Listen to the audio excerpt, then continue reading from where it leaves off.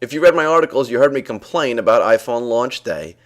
It took me 13 and a half hours to get an order through for one of these things, and I was really frustrated, and it was a real pain in the ass, and it really took forever, but we finally got it through. As of the next morning, the ship date, or the delivery date, was July 2nd, pushed back from June 24th.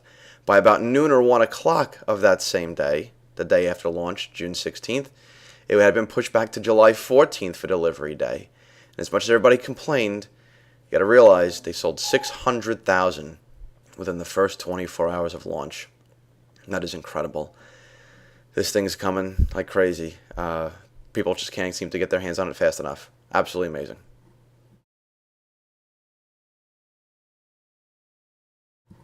As part of the problems of the launch, we had a security flaw, much like the one that we had with the iPad the week before. All 3G users, iPad 3G users, had some definitely, been exposed, had their emails exposed to hackers. They exploited a vulnerability. We don't know, AT&T's fault, Apple's fault, whatever the case, it's definitely a problem. And it seems that the ordering process had something similar happen. I don't have all the nitty-gritty details on what happened and what was exposed and how many people, but this is 2 issues in 1 week for Apple and AT&T. The iPhone still sold 600,000 like I told you, but that's a big problem. So hopefully these holes are patched up and we won't say anything more about this, and these 2 companies can continue to do business and sell these items and make everybody happy.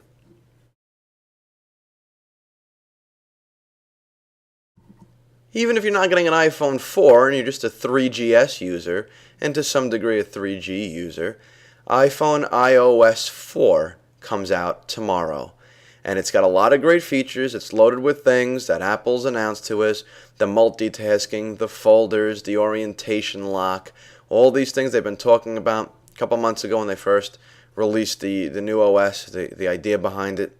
And at the keynote when they talked about iPhone 4, the device itself, they talked more about iPhone iOS.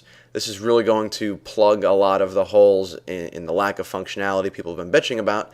So hopefully, it should be very, very cool. I can't wait. I'm going to plug in and update as soon as humanly possible with a 3GS and use all that. Now, iPhone 2G won't get iPhone iOS 4 at all. 3G will get it, but it won't do things like multitasking. 3GS will take full advantage of all of the new features, like the multitasking for background processing. They get like a combined inbox, 3G, 3GS, and the 4 will do that. So how many email accounts you have in, you've got one inbox, you can see it all instead of backing all the way back up to Gmail and going all the way down, then backing all the way back up and going to Yahoo and going all the way in, or whatever email accounts that you use. All right, so it comes out tomorrow morning, so be ready to plug in and update as soon as you can.